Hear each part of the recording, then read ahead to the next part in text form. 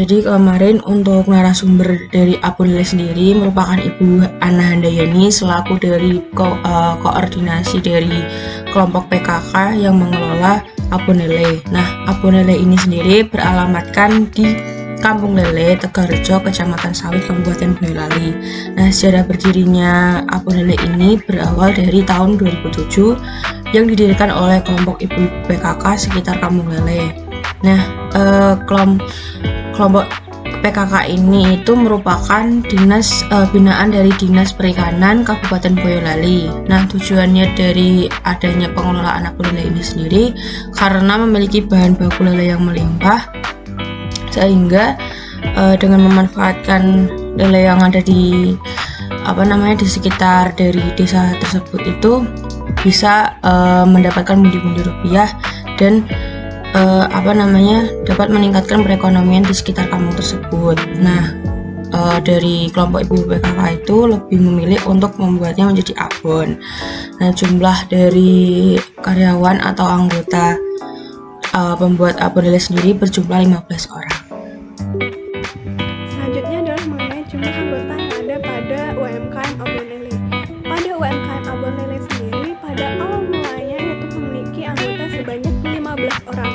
Namun, seiring berjalannya waktu, untuk jumlah anggotanya sendiri mengalami pengurangan. Hingga saat ini, untuk jumlah anggotanya itu tinggal sebanyak 9 orang. Selanjutnya adalah mengenai lama waktu produksi. Untuk lama waktu produksi sendiri pada UMKM Abon Lele itu dikerjakan dalam skala yang besar, yang dimana dalam satu hari itu harus menyelesaikan satu kali produksi. Dan untuk produksi barang yang ada di UMKM Abon Lele itu untuk abonnya sendiri dapat diproduksi sekitar 80 kg dalam satu hari, sedangkan untuk keripiknya sendiri itu dapat diproduksi sebanyak 70 kg dalam satu hari. Selanjutnya adalah untuk pengiriman yang ada pada UMKM Abon Lele. Untuk pengiriman sendiri dapat dilakukan dengan dua cara. Yang pertama itu dapat dilakukan dengan mengirim lewat paket. Sedangkan yang kedua itu dari konsumen bisa langsung mengambil sendiri ke toko untuk memilih langsung barang yang ada. Selanjutnya adalah kesulitan yang ada di UMKM Abon Lele. Kesulitannya sendiri itu terjadi pada saat COVID, yang dimana kesulitan tersebut yaitu adalah kesulitan dalam pemasaran. Dan untuk sistematika pada saat itu barang dititipkan ke toko-toko, namun seiring berjalannya waktu, saat ini barang-barang tersebut tidak lagi dititipkan pada toko-toko karena dirasa cara tersebut kurang efisien karena barang-barang tersebut juga sepi untuk pembelinya. Selanjutnya adalah modal awal yang ada pada UMKM Abon Lele. Untuk modal awal yang ada pada UMKM Abon Lele sendiri, itu pada awalnya modalnya didapat dari bantuan Dinas Perikanan Kabupaten Boyolali, yaitu sebesar kurang lebih 100 juta rupiah. Dan untuk pembelian tanah, pembangunan toko, dan alat-alat packing yang lainnya. Produk apa saja yang dijual oleh rumah produksi Abon Lele Carmina ini? Produk yang diproduksi oleh Abon Lele Carmina sendiri bukan hanya abon lele saja, karena lele tersebut dapat dimanfaatkan semuanya. Produk yang lain selain abon lele yaitu diantaranya ada keripik daging lele, keripik sirip lele, keripik kulit lele, dan semua olahan yang dimanfaatkan dari lele. Lele tersebut juga bisa dibuat olahan seperti nugget dan juga bakso. Kemana saja pemasaran dari rumah produksi Abon Lele Carmina tersebut? Pemasaran dari produksi abon lele ini sudah menjangkau hingga ke luar kota. Pengiriman paling banyak dan paling sering yaitu ke daerah Bandung. Pemasaran lewat apa saja dari produksi abon lele tersebut. Pemasaran tersebut lewat sosial media, TV, dan pernah juga masuk ke tayangan TV Indonesia yaitu Ragam Indonesia yang tayang di Trans 7. Lalu, bagaimana proses produksi dari abon lele tersebut? Proses produksi dikerjakan secara manual karena masih memisahkan duri lele tersebut.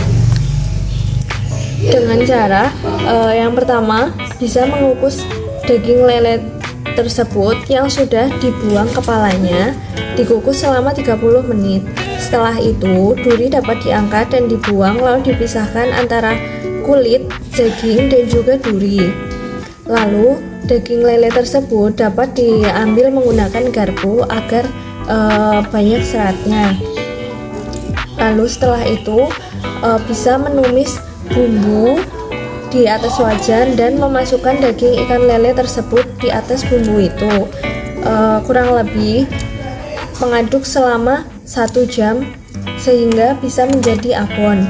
Setelah setengah matang, maka adonan abon tersebut dimasukkan ke dalam spinner untuk memisahkan dari minyaknya. Setelah itu, abon dikeringkan menggunakan spinner sampai kering agar tidak terjadi kelembapan. Setelah itu, abon siap untuk dikemas. Lalu untuk membuat keripik kulit lele itu kulitnya bisa difilet lalu dimasukkan ke dalam tepung dan digoreng dengan di atas minyak yang panas. Baik, untuk selanjutnya yaitu pada proses pemproduksian pada UMKM Abon Lele. Pada UMKM Abon Lele ini melakukan proses pemproduksian dari mulai pukul 8 pagi hingga pukul 4 sore. Pada proses pemproduksian ini sudah termasuk pada pengolahan bahan baku, lalu pengolahan abon lele dan juga produk lainnya, serta pada pengemasan. Pada proses ini harus sudah selesai pada pukul 4 sore. Lalu untuk selanjutnya ada kisaran harga dari produk yang dijual oleh UMKM Abon Lele. Produk yang dijual itu ada abon, lalu ada keripik pisang, lalu ada keripik kulit, dan juga ada keripik sirip. Pada kisaran harganya, abon dijual dengan harga 14 per onsnya. Lalu untuk keripik pisang dijual seharga 11 per onsnya. Lalu keripik kulit dijual seharga 11.000 per onsnya. Lalu juga keripik sirip dijual 9.000 per onsnya. Pada UMKM Abon Lele ini awal mula terbentuknya pembuatan abon ini karena di desa Boyolali tersebut merupakan kampung lele di mana semua warga melakukan pembudidayaan lele, hingga akhirnya masyarakat berinisiatif untuk membuat abon lele tersebut. Awal mulanya ada satu pemimpin ataupun warga di situ yang belajar untuk melakukan pengolahan abon lele. Lalu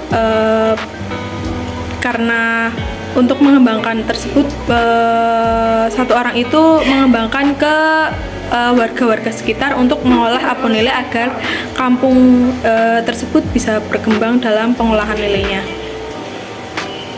Lalu untuk selanjutnya, kesusahan apa yang dialami oleh UMKM Abon Lele?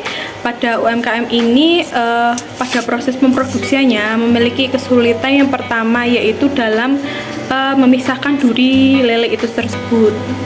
Lalu untuk kedua ada pemisahan kulit, di mana lele tersebut untuk bagian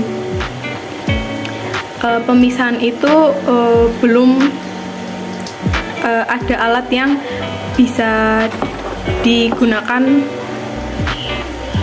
dalam memudahkan pemisahan baik duri ataupun kulitnya. Kebanyakan dari masyarakat hanya masih menggunakan manual. Lalu kesulitan yang selanjutnya yaitu pada pemprosesan penggorengan ataupun pengolahan dari bahan baku, yaitu terkadang gosong ataupun kurang matang untuk dijual pada produk tersebut. Pernah melakukan inovasi dengan menambahkan perasa balado pada produk apapun, tetapi rasanya menjadi aneh dan tidak enak, sehingga sekarang hanya diproduksi 3 varian rasa, yaitu rasa bawang, pedas, dan manis.